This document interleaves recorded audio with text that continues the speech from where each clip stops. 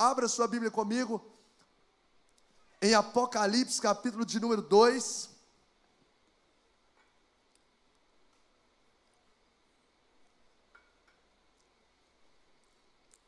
Nós temos ministrado uma série sobre as igrejas, as cartas direcionadas às igrejas do Apocalipse, as 7 igrejas. Falamos sobre a igreja de Éfeso, uma igreja atuante, perseverante, ativa na obra do Senhor, porém que abandonou o primeiro amor. Éfeso, diga comigo, Éfeso abandonou o primeiro amor. E nós vemos no domingo passado sobre Esmirna, que é uma igreja em que não há denúncia por parte de Deus. Deus vê que é uma igreja que sofreu muito, que estava sofrendo muito, tribulação, pobreza, perseguição. E não se vê nessa igreja marcas de iniquidade. Uma igreja que estava alinhada e que nos inspira com o seu alinhamento. E hoje nós vamos ver sobre a igreja de Pérgamo. Então, capítulo 2 de Apocalipse, verso de número 12. Apocalipse 2:12, você pode permanecer assentado, mas preste atenção à leitura do texto, que diz assim: ao anjo da igreja em Pérgamo, escreve essas coisas, diz aquele que tem a espada afiada de 2 gumes. Conheço o lugar em que habitas, onde está o trono de Satanás, e que conservas o meu nome, e não negaste a minha fé, ainda nos dias de Antipas, minha testemunha, meu fiel, o qual foi morto entre vós, onde Satanás habita.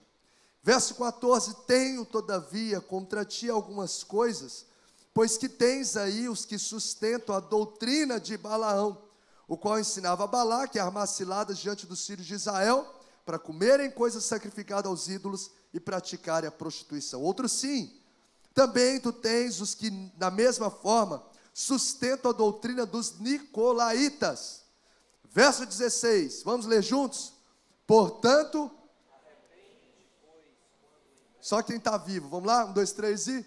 Portanto, arrepende-te, e se não venho a ti sem demora, e contra eles pelejarei com a espada da minha boca. 17, último, quem tem ouvidos, ouça o que o Espírito diz às igrejas. Ao vencedor dar-lhe-ei do maná escondido, bem como lhe darei uma pedrinha branca, e sobre essa pedrinha escrito um nome novo, o qual ninguém conhece, exceto aquele que o recebe. Obrigado, Senhor, por essa palavra.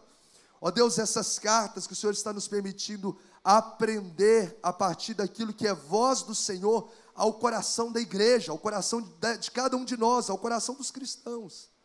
Ó Deus, há uma carta em que nos mostra aquilo que nós precisamos alinhar com os céus para viver o avivamento nessa terra.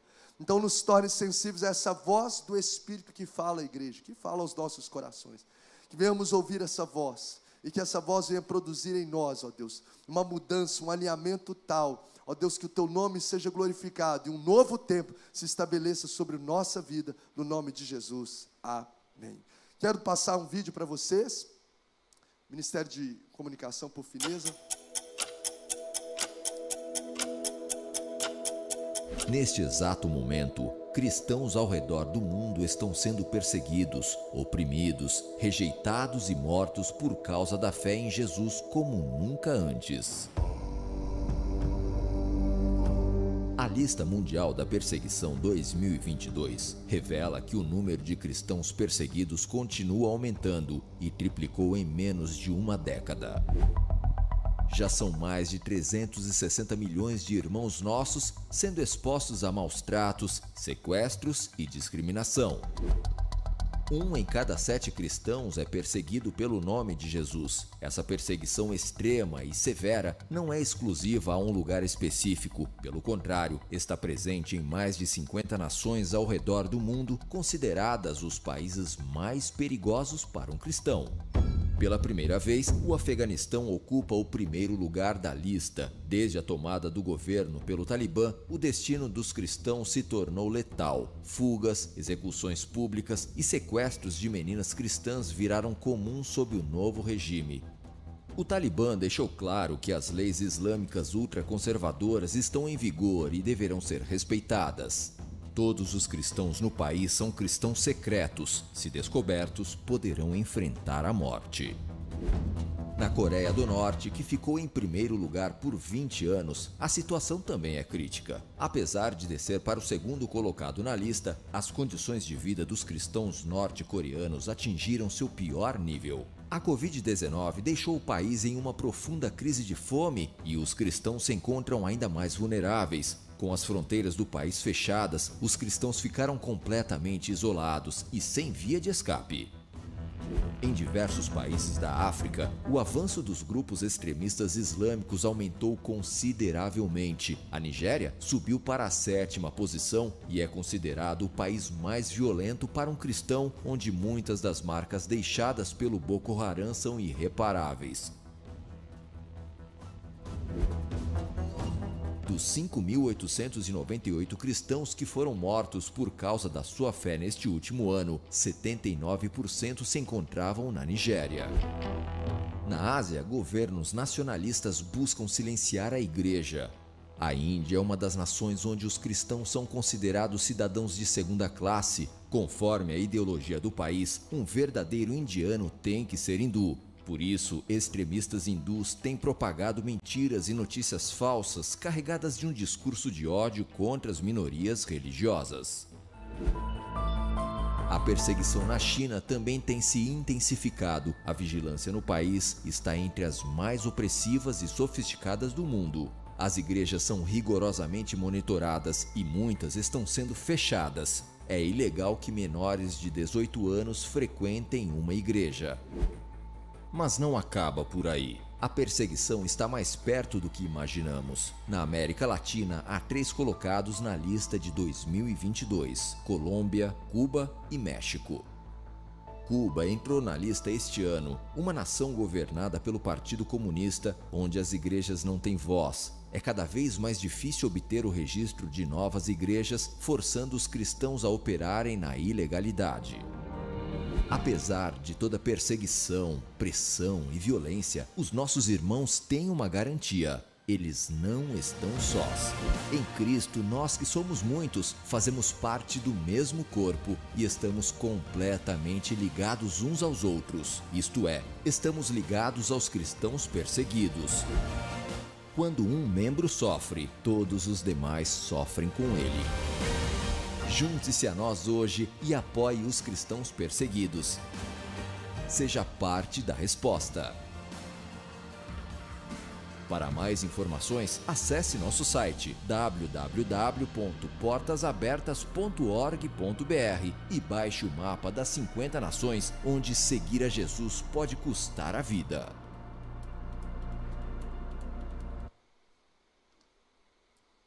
Bom, esse vídeo extremamente atual, com a lista de perseguição de 2022, nos deixa claro que a perseguição aos cristãos não é uma realidade só dos tempos bíblicos, mas é uma realidade da atualidade. Quem lembra quantas pessoas estão sendo perseguidas atualmente por causa de Cristo, por amar a Cristo? Quem lembra o número que passou ali? 360 o quê, gente? Milhões de pessoas. No Brasil tem quantos habitantes no Brasil, mais ou menos? Alguém sabe? 200 e alguma coisa, milhões? É isso? É isso? Imagina um país inteiro, né? Olha quantas pessoas compõem o Brasil. 360 milhões atualmente. E como vocês viram, não é uma realidade muito distante de nós, que a América Latina está sendo assolado com isso. Como mostrou ali Cuba e outros países da América Latina. Inclusive, nós tivemos aqui o missionário André, há se me falha a memória, uns 3 meses atrás, num culto de quarta-feira, compartilhando justamente sobre essa realidade em Guiné-Bissau. Pessoas que, por exemplo, se convertem, eles evangelizam através da escola e através da igreja, mas as pessoas que se convertem, por exemplo, na família, a pessoa foi a primeira a se converter, os familiares colocam essa pessoa para fora, pode ser esposa, pode ser filho, pode ser quem for. Você vai andar com Cristo, você entregou sua vida para Cristo, você não vai morar mais com a gente, se vira no mundo, e joga. E aí a igreja, o André mesmo, ele tem uma esposa e 2 filhas, o missionário André. E essas pessoas, então, como essa pessoa se converteu ali através da vida desse pastor, agora fala assim, agora pastor, toma conta dela. E aí ele coloca essas pessoas para dentro da casa dele. Tem várias pessoas que moram com ele, porque foram rejeitadas pela família, por seguir a Cristo. Pela graça de Deus, até então, o Brasil, nós vivemos num país que nos assegura a liberdade religiosa pelo artigo 5º da Constituição Federal, no inciso 6º. Nós temos liberdade de culto, nós temos liberdade para fazer live, pregando a palavra, para carregar a Bíblia, para poder usar o microfone, essa liberdade. Pena que muitos cristãos, infelizmente, não valorizam essa oportunidade. Tem dezenas de Bíblias, às vezes, armazenadas, mas não lê durante a semana um capítulo que seja. Tem liberdade para orar, mas passa o dia sem orar, e nem no culto consegue orar. As pessoas estão orando, ele está viajando. Tem oportunidade de se reunir e ainda não faz parte disso. E eu fiquei pensando, e sempre me pego pensando sobre isso. Se o Brasil passasse, o que não parece ser uma realidade tão distante assim, mas se o Brasil passasse por uma perseguição a esse nível, de agressão, de prisão, de morte aos cristãos, qual seria a sua postura? Qual seria a sua decisão? Será que você sofreria agressões em não negar a Cristo, e não negaria a Cristo, ou até mesmo morte, ser expulso de casa, ou você o negaria? É uma realidade de 360 milhões de pessoas que sofrem isso. Qual seria a sua e a minha postura? Quando nós olhamos a igreja, pode colocar o slide, por gentileza? A igreja na cidade de Pérgamo, ela era uma igreja extremamente perseguida por sua fé em Jesus. Era uma igreja perseguida. Deixa eu voltar aqui. Isso. A igreja de Pérgamo, vamos ler o título juntos? Igreja de Pérgamo, uma igreja perseguida, mas permissiva. Essa igreja era uma igreja, ajuda aí, produção. Eu passei aquela hora, mas agora não estou passando mais não. Ajuda aí, pessoal. Eu devo ter apertado algum botão aqui. Pode passar mais um, então. Pastor, eu sei que é bom nessa tecnologia. Tá ligado, só não tá... eu acho que agora... Ó, você encostou? Gente, que unção, hein? É forte. Tudo depende da mão que segura, né? Vamos lá, agora deu. Obrigado, pessoal. Bom, olha só a realidade da igreja de Pérgamo. Essa igreja, essa cidade, a igreja estava na cidade de Pérgamo. Pérgamo, permita-me aqui abordar o contexto para aplicações rápidas, eu não vou delongar, eu sei que o tempo já está avançado, mas é importante a gente entender alguns pontos aqui desse contexto que envolve. Era uma cidade assim, portentosa, uma cidade rica, era a cidade de Pérgamo. Segundo alguns historiadores, ela era a mais importante cidade da Ásia Menor. Ela tinha um centro cultural, essa cidade, que era um fenômeno. Ela tinha a segunda maior biblioteca do mundo da época. Primeira biblioteca era a biblioteca de Alexandria. Eita, olha aí, Brasil. No Egito, pastor, fica aí que eu vou falando, você vai, então encosta aqui de novo. Coloca lá no primeiro slide. A primeira biblioteca era do Egito. E a segunda, foi aí, pastor, agora? Está funcionando? A primeira. Isso, aí, vai. Isso. Tá, é aí que você está fazendo? Então tá, vai se conduzindo. Vamos lá. A primeira biblioteca era de onde, gente, que eu estava falando? Do Egito, em Alexandria. Então, lá era um centro cultural. Preste atenção, isso faz sentido para tudo que Jesus vai falando aqui. Era um centro cultural. Era a segunda maior biblioteca. Inclusive, o nome Pérgamo vem de pergaminho. Porque o Egito, que era a primeira biblioteca em Alexandria, eles produziam papiro. Só que o rei de Pérgamo falou assim, agora nós vamos ter a primeira biblioteca do mundo, uma concorrência. Inclusive chamou o bibliotecário lá de Alexandria para fazer parte da biblioteca dele, roubando funcionário de lá. E aí o rei do Egito ficou indignado, falou, então a partir de hoje o papiro que a gente que fornece acabou. Vocês não vão ter mais acesso ao papiro. O rei de Pérgamo, o que ele fez? Se a gente não tem essa matéria-prima, nós vamos criar. Foi quando criou-se, então, os pergaminhos, que era de couro. E ali, então, se tornou um material muito, muito elaborado, onde os livros e muitos manuscritos foram escritos em pergaminho. Então, lá era um centro cultural. Além de ser uma cidade portentosa, uma mais importante da Ásia, ser um centro cultural, Pérgamo era um centro religioso de muito paganismo. De muito paganismo. Tanto, pode passar, pastor, por gentileza, duas, mais um. Tanto que a Bíblia diz que naquele lugar, olha lá, conheça o lugar que habitas, onde está, o que está escrito, gente? O trono de Satanás. Por quê?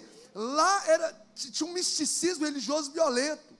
Lá tinha um templo de Zeus, que era um dos deuses do panteão, de tantos deuses que tinha, que esse templo de Zeus era conhecido como uma das 7 maravilhas do mundo, onde queimava-se incenso diariamente para Zeus. Além de Zeus, tinha um outro deus que se faz sentido para nós, que se chama Esculápio, que era o deus da medicina, aquela serpente, sabe aquela serpente que é o símbolo da medicina?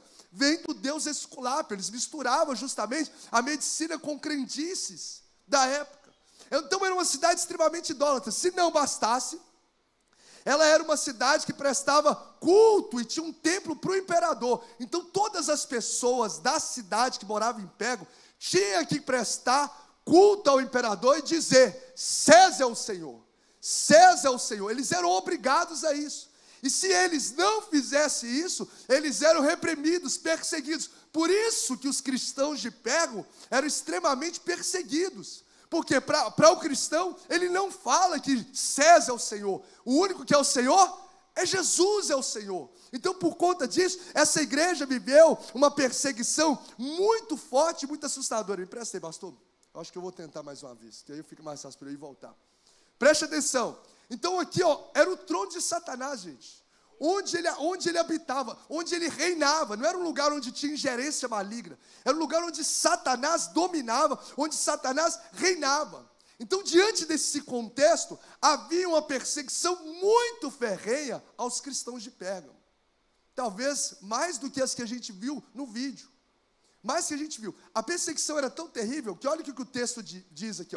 Conserva o meu nome e não negaste a minha fé. Ainda, vamos ler essa parte aqui, vamos lá juntos. Ainda nos dias de Antipas, minha testemunha, o qual foi morto entre vós, onde Satanás habita. O que ele está dizendo? Mesmo Antipas tendo sido morto, eles conservavam a fé, fiel à sua fé. Quem era Antipas? Era o pastor dessa igreja. Gente, olha como que era terrível a perseguição. O pastor Antipas, Tertuliano, que foi um dos pais da igreja, relatando sobre o pastor Antipas dessa igreja, ele foi colocado, segundo os historiadores, dentro de um touro de bronze, por não querer negar a Cristo, dentro de um touro de bronze, e esse touro de bronze foi colocado sobre chamas de fogo. Esse homem foi morto cozido com óleo. Vai negar a Cristo? Não. Jogou dentro do touro de bronze e acendeu chamas, que derreteu esse homem.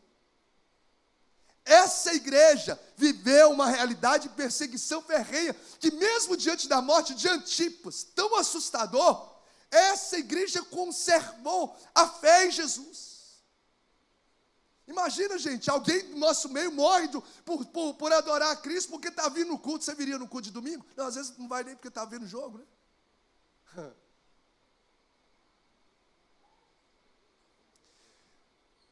Essa igreja, ela é uma inspiração para nós.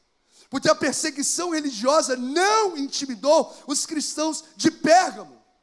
O domínio e a ação de Satanás não fez com que Pérgamo paralisasse de honrar o nome de Jesus, de negar a fé. E eu fico pensando, às vezes por coisas tão bobas, às vezes as pessoas abandonam a caminhada com Cristo.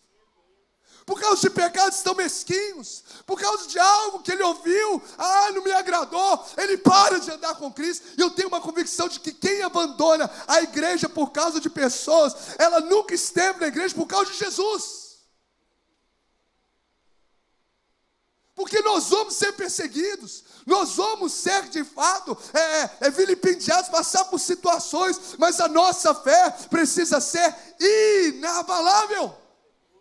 Olha a inspiração dessa igreja, mesmo num ambiente perverso, mesmo num ambiente demoníaco, de trono de Satanás, mesmo no ambiente místico, mesmo no ambiente de derramamento de sangue inocente. Os cristãos de Pérgamo não negavam a sua fé, não negavam o nome de Jesus. Nós precisamos elevar a nossa convicção, né, pastor? Nós precisamos elevar o nosso amor por Cristo. Nós precisamos elevar a nossa intimidade com o Senhor. A partir daí eu vejo algumas virtudes inspiradoras para o nosso coração acerca dessa igreja. Algumas lições importantes. Primeira coisa que eu quero destacar aqui, diga comigo: Jesus conhece a realidade do ambiente que eu estou. Vamos dizer mais uma vez: Jesus conhece a realidade do ambiente em que estamos. Olha só, gente, a gente precisa ter essa consciência para a gente poder honrar a Cristo em mais alta extrema perseguição. O que está escrito aqui? Conheço, vamos ler juntos? Conheço o lugar em que habitas, onde está o trono de Satanás. Todas as três igrejas isso é repetido. Apocalipse 2:2, em Éfeso, Jesus diz: conheço as tuas obras. Apocalipse 2:13, 2:9, melhor dizendo, em Esmina, ele diz: conheço a tua tribulação. E agora nessa carta ele reitera dizendo: conheço o lugar em que habitas. O que a gente precisa entender com isso? Que não existe absolutamente nada que passa desapercebido aos olhos de Deus.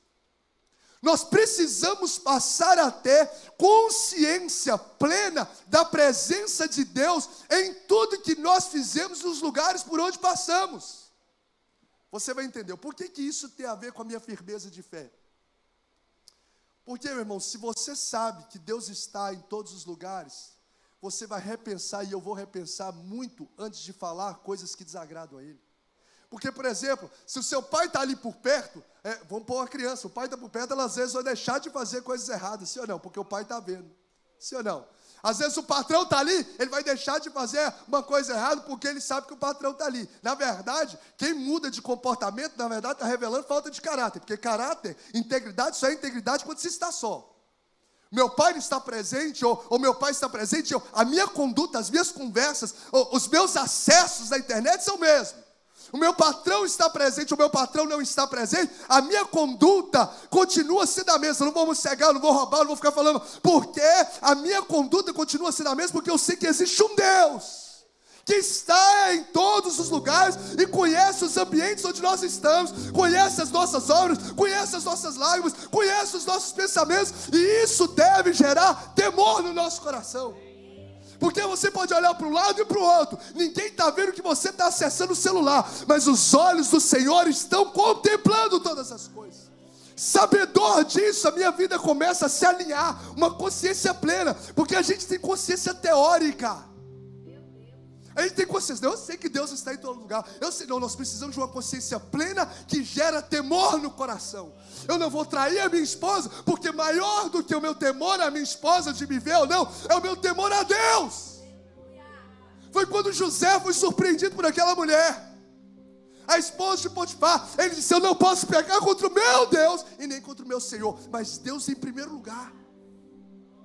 Se nós tivermos, buscarmos em todo o tempo da nossa mente consciência plena de que Deus está de fato com os olhos sobre as nossas vidas, independente do lugar em que estamos, nós começamos a alinhar melhor as nossas posturas, falas, comportamentos e pensamentos, sim ou não? Isso gera para o cristão saber que os olhos do Senhor, olha o que diz Provérbios 15:3, os olhos do Senhor estão em toda parte, em toda parte. Ele observa atentamente os maus e também os bons. Sabe o que isso deve gerar no coração de quem anda com Deus? Ânimo, temor e ânimo. Por quê? Porque muitas vezes ninguém está vendo as lágrimas que você está derramando no secreto. Ninguém está vendo as suas orações, mas o Senhor está vendo. Ninguém está vendo as suas lágrimas lá do sofrimento, da sua dor, mas o Senhor conhece o seu sofrimento. E a boa notícia foi o que eu disse no domingo passado: o mesmo Jesus que é onisciente, é onipotente, o mesmo Jesus que conhece, é o mesmo Jesus que age, é o mesmo Jesus que intervém, é o mesmo Jesus que transforma, é o mesmo Jesus que renova, é o mesmo Jesus que nos coloca de pé. Então as suas lágrimas podem até ser despercebidas para as pessoas que te cercam, mas existe um Deus que contempla as lágrimas não só dos seus seus olhos, mas as lágrimas do seu coração. Ele conhece o seu coração, Ele te sonda, Ele te conhece, Ele sabe quando você se assenta, Ele sabe quando você se levanta, Ele conhece os seus pensamentos, Ele esquadrinha o teu andar, o teu deitar, e a palavra nem saiu na sua boca, e Ele já conhece o que permeia o seu coração. Você serve a um Jesus que jamais te desampara. Nunca vi um justo perecer, nem a sua descendência mendigar o pão. Você serve um Jesus que, ainda que você passe pelo vale da sombra da morte, não tenha mal algum, porque o Senhor teu Deus está contigo. Descanse nele, descanse nele. Ele conhece o lugar que se habita. Sabe, às vezes teve um momento, como eu já falei várias vezes na igreja, em momentos que na minha casa só tinha lágrimas, por causa do alcoolismo do meu pai, só tinha desespero. Começou a desencadear dentro de mim a ansiedade, a síndrome de pânico. Poderia ninguém estar vendo, e muitas vezes eu tocando lá, que naquela época eu só tocava no louvor, ninguém está vendo, mas o Senhor conhece o lugar que habita, e Ele muda o ambiente, Ele muda tudo. Jesus conhece o lugar que a gente habita. Isso deve gerar temor e alegria ao mesmo tempo no nosso coração. Agora, para o ímpio, isso deve gerar desespero na alma dele, porque ele está vendo. Ele está vendo o que você está fazendo quando ninguém está vendo. Sabe, ele vê os desafios que a gente enfrenta no ambiente de trabalho. Ele vê as tentações da faculdade. Ele vê as lágrimas que a gente derrama no lar. Isso, gente, vem fortalecer a fé. Isso fortalece a fé. Essa igreja tinha uma fé inabalável diante dos desafios externos, porque independente do ambiente que ela estava, isso não alterava a sua fé. Inclusive, essa é uma lição que eu quero deixar para o seu coração. Diga assim, ó, diga comigo: o ambiente não tem autoridade para matar a minha fé. Escute só, o ambiente em que você está não tem poder de matar uma fé genuína. Por quê? Esse povo está no lugar onde está o trono de Satanás, mas conserva o nome de Jesus. Então o ambiente que eles estavam, mesmo numa intervenção maligna, reinando Satanás, com perseguição e morte, derramamento de sangue, não alterou, não minou, não abortou a fé que eles têm. Aí tem muito cristão, como é comprovado, vai para a faculdade, e o cara se dizia: a faculdade, a faculdade. Isso é fragilidade do seu relacionamento com Deus, porque quem tem fé enraizada no Senhor, o ambiente não te muda, é você que muda o ambiente. Pai, isso é balela, isso é desculpa. Aí eu comecei a ir no ambiente tal, e aquilo me mudou. Se mudou, isso é fragilidade da sua caminhada com Deus. Você precisa cultivar a sua vida devocional, você precisa cultivar a oração, criar raízes em Deus. Se o ambiente está se transformando, ou você muda de postura, ou sai fora desse ambiente, porque ambientes não conseguem mudar quem tem fé genuína.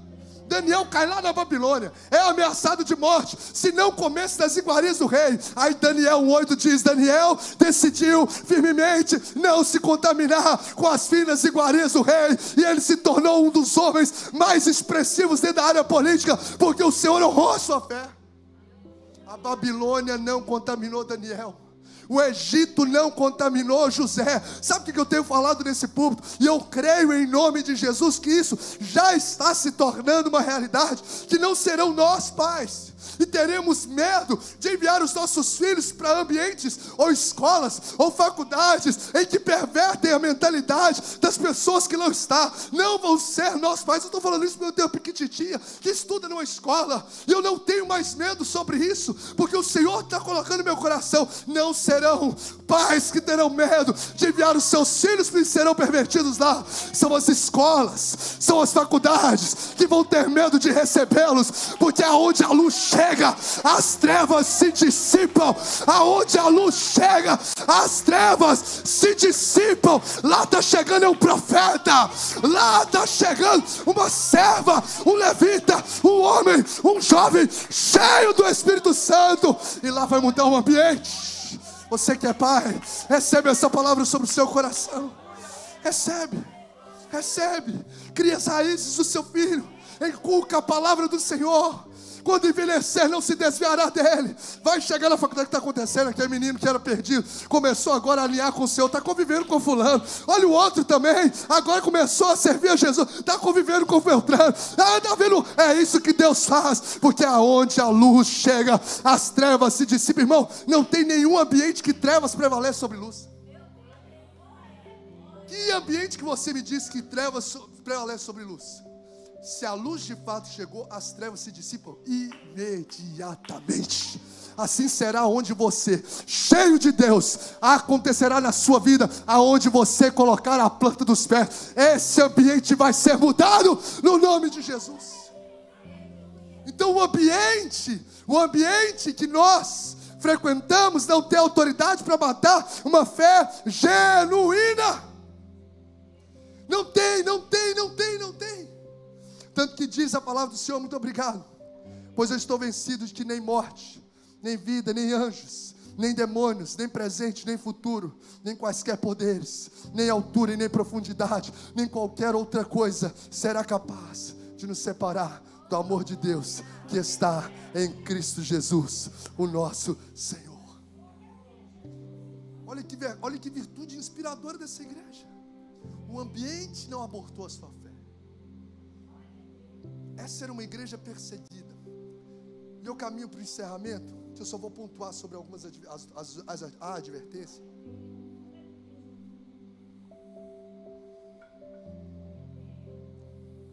Isso aqui deve inspirar. Agora a palavra de Deus diz advertências muito sérias. Tenho todavia contra ti algumas coisas, pois que tens aí os que sustentam a doutrina de Balaão. Diga comigo, doutrina de Balaão. O qual ensinava a Balaque a armar ciladas diante dos filhos de Israel, para comerem coisas sacrificadas aos ídolos e praticarem a prostituição. Essa era uma igreja perseguida externamente, mas permissiva internamente. Você já viu gente que fala assim, não, ele não se compactua, não, eu sou servo de Deus. Não, externamente ele até se posiciona, mas internamente ele tem um coração corrompido, prostituição, pornografia, leviandade. Tem gente que externamente, eu sou cristão, se posiciona como cristão externo, mas internamente o coração está corrompido. Internamente, aos olhos do Senhor que tudo vê, o coração está desalinhado. Você vai ver que essa igreja aqui, ela tem uma postura recomendada por Deus, mas também uma prática que era reprovada por Deus. Porque essa igreja, ela não promovia a santidade, ela tolerava a prostituição. Internamente. Externamente é uma postura, mas internamente ela tolerava a idolatria. Ela era corrompida. Reverendo Hernandes diz assim, Satanás não logrou êxito com a igreja de Pérgamo usando a perseguição, então mudou a tática e usou a sedução interna. Warren Wiersbe diz assim, Satanás não havia sido capaz de destruí-los ao vir como leão que ruge externamente, mas ganhou território como serpente que enganava. Diga comigo, doutrina de Balaão. Balaão, gente, era um profeta de Deus, até que o rei Balaque, que era rei de Moabe, ficou sabendo que Israel estava chegando para poder guerrear por perto. E o rei Balaque falou assim, vamos fazer o seguinte, nós não temos muita força contra Israel, porque Israel está ganhando um monte de batalha aí. Vamos chamar o profeta Balaão para amaldiçoar esse povo. Balaão era um profeta de Deus. Eles foram até Balaão, Balaque foi e ofereceu dinheiro para que Balaão profetizasse maldição sobre o povo. Balaão, apesar de ser um profeta de Deus, corrompeu, prostituiu o seu dom, se vendeu. Por causa de uma proposta financeira, ele corrompeu o seu propósito.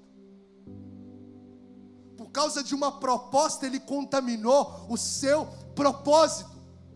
E eu quero trazer como lição para o nosso coração, cuidado com as propostas que vão corromper o seu propósito. O dom era de Deus, mas ele corrompeu o dom por causa de uma proposta que não estava alinhado com o seu propósito. usar o seu dom para aquilo que não glorificava a Deus. Nós precisamos trazer isso como lição. Cuidado com as propostas que vão corromper o seu propósito. Pastor, o que isso significa? Cuidado com oportunidades que parecem ser boas, mas não estão alinhadas aos propósitos de Deus para a sua vida. Ouça o Espírito de Deus falando. Vão bater a porta da sua casa, do seu coração, oportunidades boas, lindas aos olhos, atraentes. Preste atenção, como um aviso de Deus para o nosso coração. Mas se essas propostas não estiverem alinhadas ao propósito de Deus para a sua vida, sai fora. Porque o Senhor traz como uma advertência séria: quem prostitui o dom de Deus, quem prostitui o propósito que ele sabe que tem em Deus, não importa se essa proposta o quanto que essa proposta vai te elevar financeiramente, não permita que ela seja aceita se ela corromper o propósito de Deus na sua vida. Porque quando a gente faz isso, se tornamos como Balaão, trocamos o nosso Deus, do Deus de Israel, para o Deus Mamon, que é o Deus do dinheiro. Propostas que baterem a porta do seu coração, avalie. Está alinhado ao propósito de Deus para a minha vida? Pode ser na sua empresa, pode ser em relação aos dons e ministérios que Deus lhe deu. E o Espírito de Deus vai te lembrar essa palavra. Ele se vende. Agora olha o que acontece. Ele sobe para poder profetizar contra Israel. Só que quando ele vai profetizar, né, pastor Tiago? Vai profetizar contra, amaldiçoar. Quando ele vai amaldiçoar, ele não consegue amaldiçoar, ele começa a abençoar. Ele tenta amaldiçoar o povo de Israel, mas não consegue. Aí a Bíblia diz assim: porque não tem como você amaldiçoar, Balaão, o que Deus abençoou. Não, gente, não tem como a gente amaldiçoar o que Deus já abençoou. Ele tentou amaldiçoar, mas não conseguiu. Sabe o que isso significa, meu irmão? Se você está em Deus, não tem nada que pode parar o que Deus tem na sua vida. Pode falar mal, pode criticar, pode fazer obra de macumbaria, de feitiçaria. 1000 cairão ao teu lado, 10.000 à tua direita, e você não será atingido, porque o que Deus abençoou, ninguém pode amaldiçoar. Diga para quem está do seu lado: você é abençoado por Deus, descansa. Você é abençoado por Deus, ninguém pode amaldiçoar o projeto de Deus na sua vida. Quando nós adquirimos o lote, o terreno, algumas pessoas começaram a falar: loucura, não vai conseguir pagar esse negócio milionário, não vai conseguir, olha que projeto, não vai dar certo. Não. Começaram a falar, algumas pessoas externamente começam a falar: meu irmão, não adianta você falar, nós estamos movendo sobre o que eu quero, nós estamos movendo sobre uma promessa, nós estamos movendo sobre a palavra. O que Deus abençoou, pode vir inveja, pode vir perseguição, pode vir satanismo, pode vir o que for, maior é aquele que está em nós do que aquele que está no mundo. Você pode dar uma salva de palmas para esse Jesus tremendo, poderoso, supremo, bendito seja o nome de Jesus. Acabou. Que Deus abençoe, ninguém amaldiçoa. Seus filhos são abençoados, sua casa é abençoada, o chamado de Deus na sua vida tem a bênção de Deus, e nada vai paralisar. Vai lá profetizar e não consegue amaldiçoar, melhor dizendo, só abençoa. Aí Balaque ficou revoltado, o rei de Moabe. Não é possível, eu paguei o cara para poder amaldiçoar, esse cara está abençoando. Aí olha a cabeça da doutrina de Balaão, olha o que Balaão fez. Faz o seguinte, Balaque, eu não estou conseguindo amaldiçoar não. Faz o seguinte: em vez de você colocar um exército na frente para batalhar contra Israel, coloca donzelas para eles se prostituírem e se corromperem, porque eles, estando em pecado, eles não têm a bênção de Deus sobre a vida deles. Doutrina de Balaão, o qual ensinava Balaque a armar ciladas diante dos filhos de Israel para comerem coisas sacrificadas, no envolvimento com as mulheres, e praticarem prostituição. Então sabe o que o diabo quer fazer? Porque você já é abençoado e não tem maldição nenhuma que pode chegar. Ele vai colocar o pecado para te enfraquecer. começa a colocar bandejas que faz você estar como povo de Deus, mas começa a misturar. E o pecado, meu irmão, ele enfraquece a igreja. O pecado, ele corrompe. O pecado, ele mata a nossa caminhada com Deus. A igreja só é forte quando está em santidade. A mão de Deus não está encolhida, está estendida. Isaías 59, a minha mão está estendida, povo de Deus, para abençoar. Os meus ouvidos estão atentos. Verso 2 de Isaías 59, mas as vossas iniquidades fazem separação entre vós. Eu quero abençoar, eu estou querendo ouvir, eu estou querendo te abençoar, mas a iniquidade do coração está te impedindo de viver os meus propósitos de vida abundante que eu tenho para você. Olha a estratégia do inimigo. Prostituição. E as duas coisas aqui, idolatria e prostituição, são coisas que o diabo tem infiltrado a igreja. Foi isso que ele fez com Sansão. Foi isso que ele fez com Sansão. Um cara forte, com uma queixada de jumento, matou 1000 pessoas, um cara só. Tinha uma graça, um dom de Deus na vida dele, mas começou a misturar o seu dom com o pecado da prostituição. E hoje, quando nós temos isso, esse pecado assolando a igreja diária. Antigamente, há pouco tempo atrás, você procurava no meio dos jovens uma pessoa que tinha se envolvido sexualmente antes do casamento. Nossa, fulano se envolveu antes do casamento. Esse cara fornicou, aquelas palavras assim, né? Meio assembleia. Tal, era um lá, outra colar. A cada 5 anos você via um ficar, meu Deus, caiu fulano. Hoje, infelizmente, se você tentar, quem é que está se guardando? Você não se acha. Por que os jovens hoje muitas vezes não conseguem ficar firmes? Falando da juventude e do contexto. Porque aqui, olha o que enfraquece: pornografia, perversões sexuais, fornicação, sexo fora do casamento. Idolatria não é só de ídolo, é tudo aquilo, meu irmão, que ocupa o lugar de Deus no seu coração. Você não tem tempo para Deus, porque o seu trabalho se tornou um ídolo no seu coração. O dinheiro se tornou um ídolo. Prioridade no meu coração é tudo aquilo que eu dedico tempo e atenção. Isso aqui enfraquece. E o povo de Israel foi derrotado. E essa doutrina de Balaão, de misturar, estou na igreja hoje, mas saio daqui e vou para o motel. Saio daqui e vou falar mal de fulano de tal. Saio daqui e continuo fazendo negócios que não agradam ao Senhor. Corrupção no meu trabalho. Sabe o que é isso? Doutrina de Balaão. Ninguém pode amaldiçoar, mas você mesmo abre brechas por causa do pecado para se enfraquecer e não ter vitórias plenas na sua vida. Qual que é a resposta? E agora eu encerro mesmo. A doutrina dos nicolaítas era semelhante. Mistura, ser igual. Quanto mais pecar, está de boa.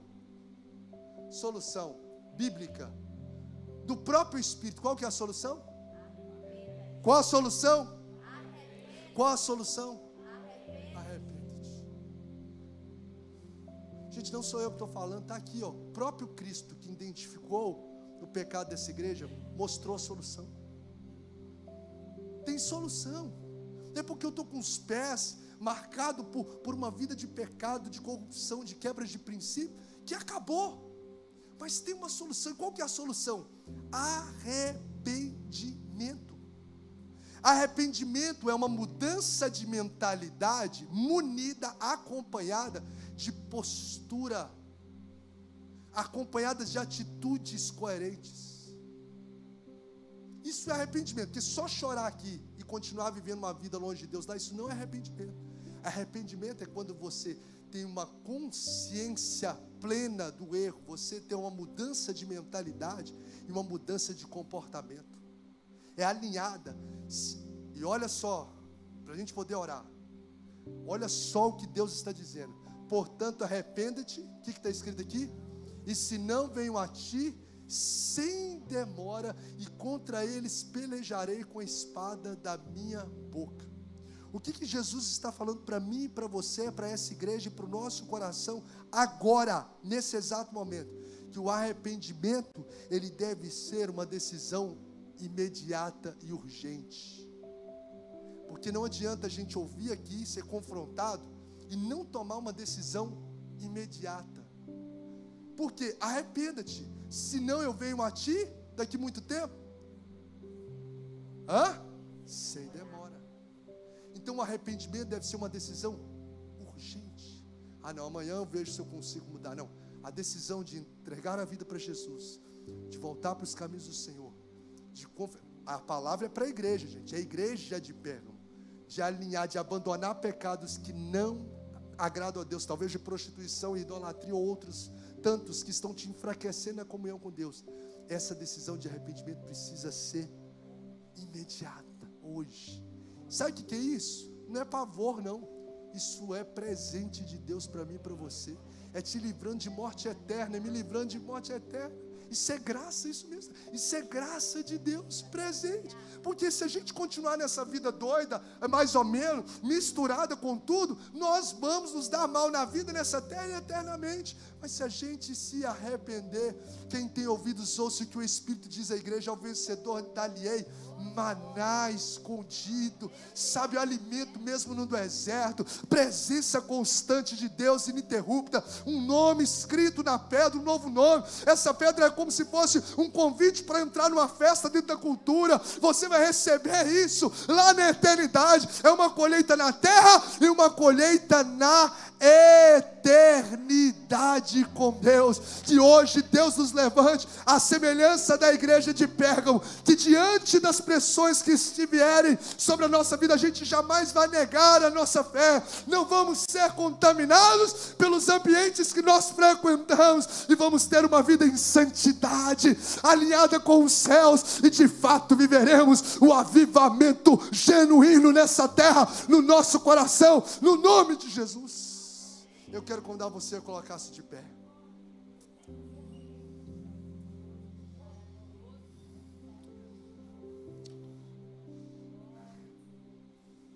Espírito de Deus.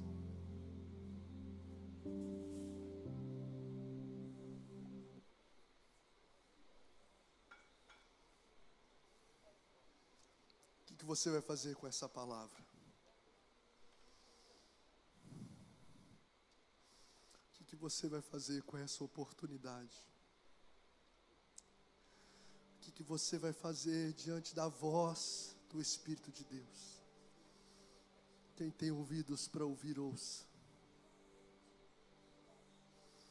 O que você vai fazer com o chamado de Deus para a sua vida, para uma santidade genuína? Porque ele, se não arrepender, ele vem se demora. Se arrepender, o texto nos deixa subentendido que há um prolongamento, uma bênção, um desfrutar desse arrependimento, dessa graça. Mas se não se arrepender, há um juízo iminente, uma busca talvez não esperada para agora. E você não precisa se arrepender por medo. Você precisa se arrepender se sentindo privilegiado de poder desfrutar da tão graciosa salvação em Cristo Jesus. Não importa quanto tempo você tem de cristão, mas existem coisas que Deus está falando no seu coração que você precisa abandonar. Coisas que estão misturadas à sua fé em Jesus. Você está na igreja, mas existem coisas que você está vendo, que você está fazendo, que você está falando, que você está se posicionando, que não agrada a Ele. Mistura não. Os olhos do Senhor estão vendo o nosso coração, aquilo que os homens não conseguem perceber. E o Senhor está nos dando, nos chamando para o alinhamento com Ele. A Thay vai cantar uma canção ao Senhor. Quero convidar o pastor Tiago para fazer essa oração final e impetrar a bênção. E você vai ter a liberdade em Deus. Se algo no seu coração, sobre essa palavra, fez sentido no seu coração, você desejar vir à frente, como uma entrega, como um recomeço, como um realinhamento, como se lançar ao propósito, como, enfim, aquilo que fizer sentido para o seu coração, nesses últimos minutos, nós estamos caminhando para o encerramento. Mas eu quero te dar essa oportunidade, a esse convite do Espírito de Deus. Fale com o Senhor agora. O que você vai falar com Deus? Fale com o Senhor aquilo que o Espírito de Deus está colocando no seu coração. Se você quiser ficar de pé, se você quiser ajoelhar, se você quiser vir aqui à frente, fique à vontade. Fique à vontade.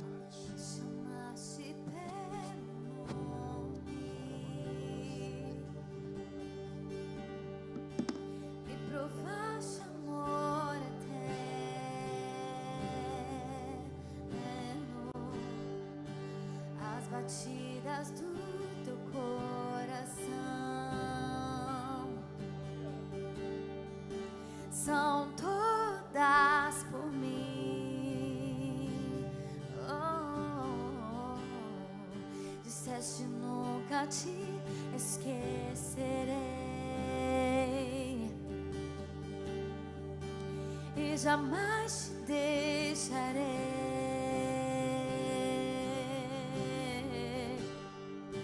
Voltarei para te buscar, para junto a mim ficar. Estou à porta,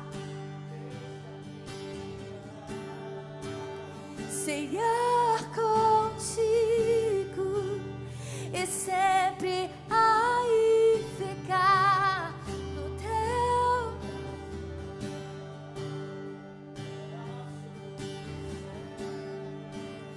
O selo do Espírito que rasgou está à porta.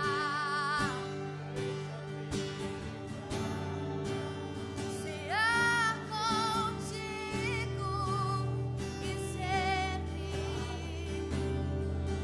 no teu coração.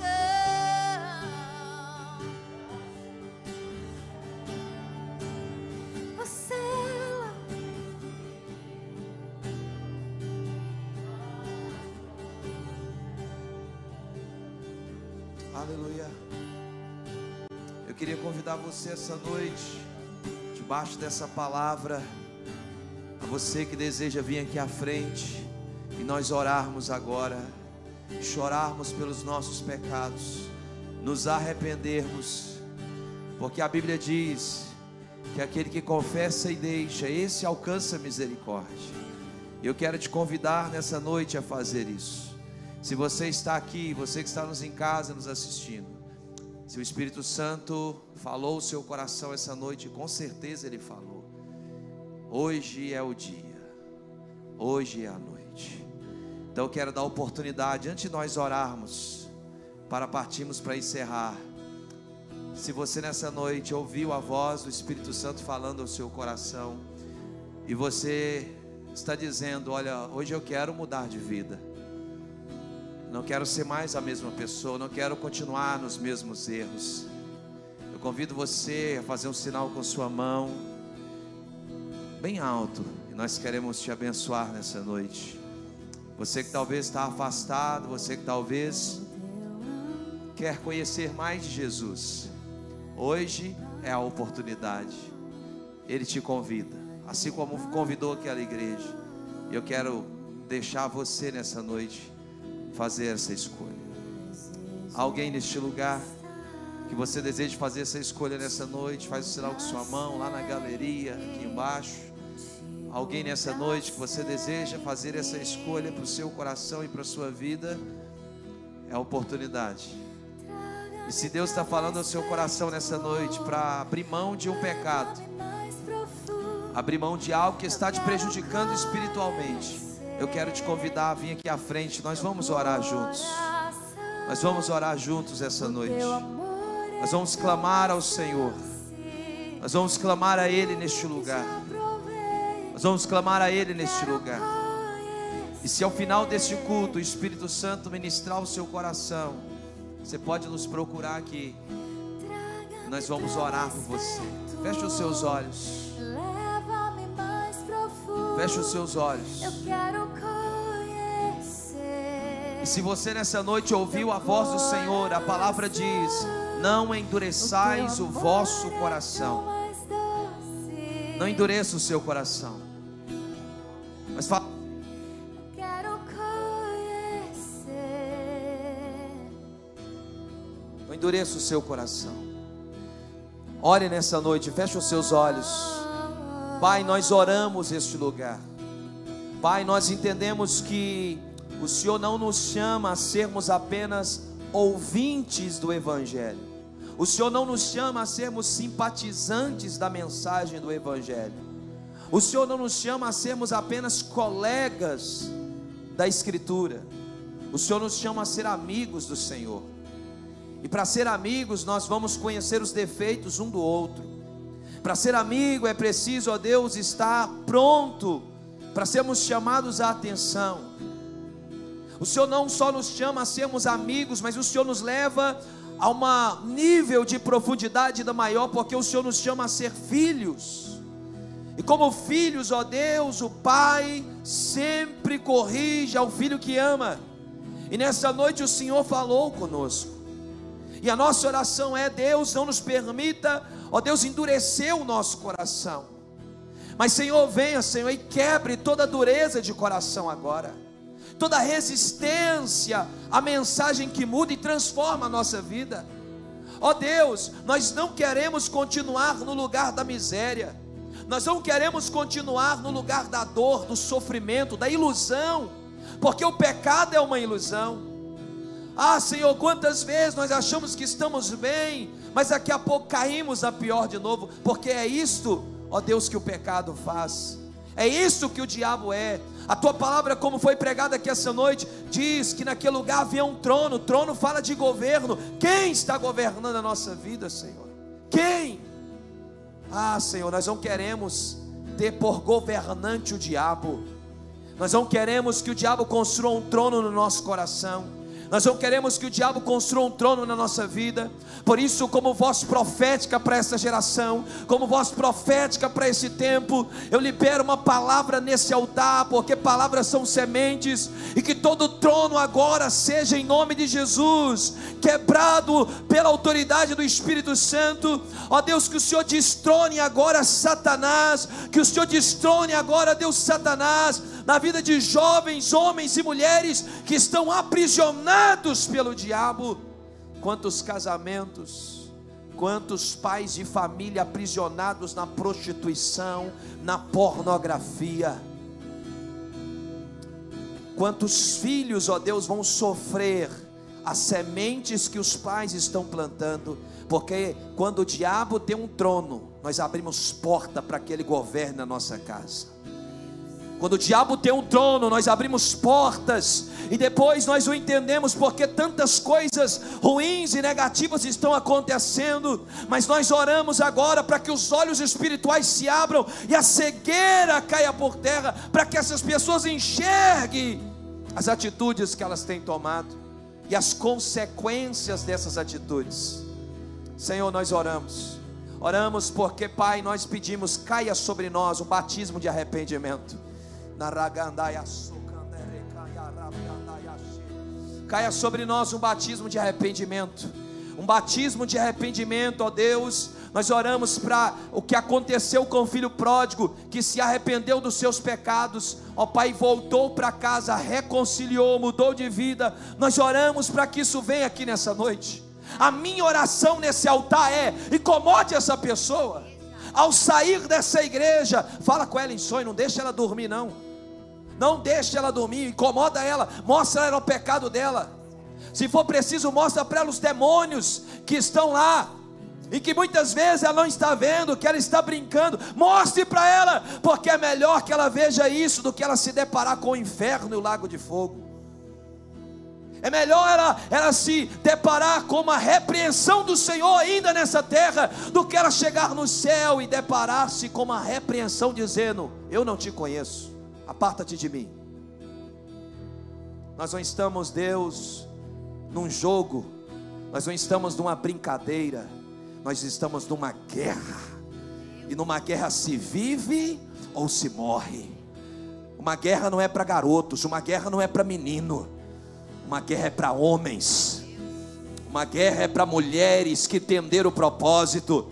Uma guerra é para gente adulta, e nós estamos numa guerra, uma batalha espiritual que está sendo travada entre a nossa vida. Senhor, então nós oramos, abre a consciência desse irmão e irmã que está aqui. Eles não estão aqui à toa. E o Senhor manda te dizer assim: abre os teus olhos, abre os teus ouvidos, porque Deus está falando ao seu coração agora. E o Senhor diz: não endureçais o vosso coração, diz o Senhor. O Senhor está alinhando a sua vida, alinhando o seu coração, alinhando você, e está dizendo: venha e se arrependa, porque eu tenho algo novo a fazer na sua história. Eu digo para você que entrou aqui essa noite, que talvez você até agora estava sem entender nada. O Espírito Santo te diz: sabe por que tudo está em desordem? É porque existe um trono e alguém está sentado nele. E esse alguém não é o Senhor. Mas o Senhor está dizendo: deixa eu entrar, porque se eu entrar eu vou destronar quem está lá. Ele vem, e na batalha ele não é um soldado qualquer, ele é o general da batalha. Não existe perda, não existe, ele nunca perdeu uma guerra, ele não perde, ele é especialista em ganhá-la. Tem algumas que ele nem precisa entrar, tem algumas que ele manda os anjos menores, os menores anjos dele, ele diz: vai lá, se encarrega, ele diz: eu não vou nem gastar o meu tempo. Então nós oramos agora para que haja um batismo de arrependimento em cada vida, em cada coração. Eu quero liberar uma palavra, encerramos essa noite, mas pastor Bruno, eu quero liberar uma palavra. Um avivamento está chegando. Nós oramos para que um avivamento que vai vir, não sobre um avivamento de pular, de gritar, não, um avivamento de consciência, de mudança de vida. Nós queremos declarar que nós veremos pessoas jogando maço de cigarro no altar, drogas. Nós queremos declarar que filhos vão chegar em casa e vão falar com o pai e com a mãe: olha, a partir de hoje eu não quero mais ir para a balada, a partir de hoje acabou esse negócio, a partir de hoje eu pertenço a Jesus Cristo, meu Senhor. Nós queremos declarar no nome de Jesus que você, mulher, não vai buscar o teu marido lá caído para a rua fora, não. Você vai vir com o seu marido para a casa de Deus, porque Deus está começando um batismo de arrependimento no meio do seu povo. O incômodo vai vir sobre o seu coração e sobre a sua mente, e o Senhor vai reposicionar corações e vidas para a glória do nome dEle. Receba essa palavra em nome de Jesus. E nós oramos dizendo que o amor de Deus o Pai, que a graça de nosso Senhor Salvador Jesus Cristo, e que a comunhão, as consolações do Espírito Santo de Deus seja sobre a sua vida. Nós declaramos: seja sobre os seus filhos. Nós declaramos: seja sobre os seus netos. Se você caminhou na presença de Deus, seus filhos vão correr. Se os seus filhos correr, seus netos vão voar na presença do Espírito Santo. Nós declaramos que as nossas gerações vindouras serão muito mais do que nós estamos sendo hoje. Que Deus abençoe sua semana, que Deus te guarde, que você tenha uma noite de sono reparadora e tranquila, e que o Senhor traga sobre ti um batismo de arrependimento. Que Deus te abençoe, que Deus te abençoe, que Deus te abençoe. Nós estamos aqui, se você quiser vir, nós estamos aqui. Deus abençoe sua vida.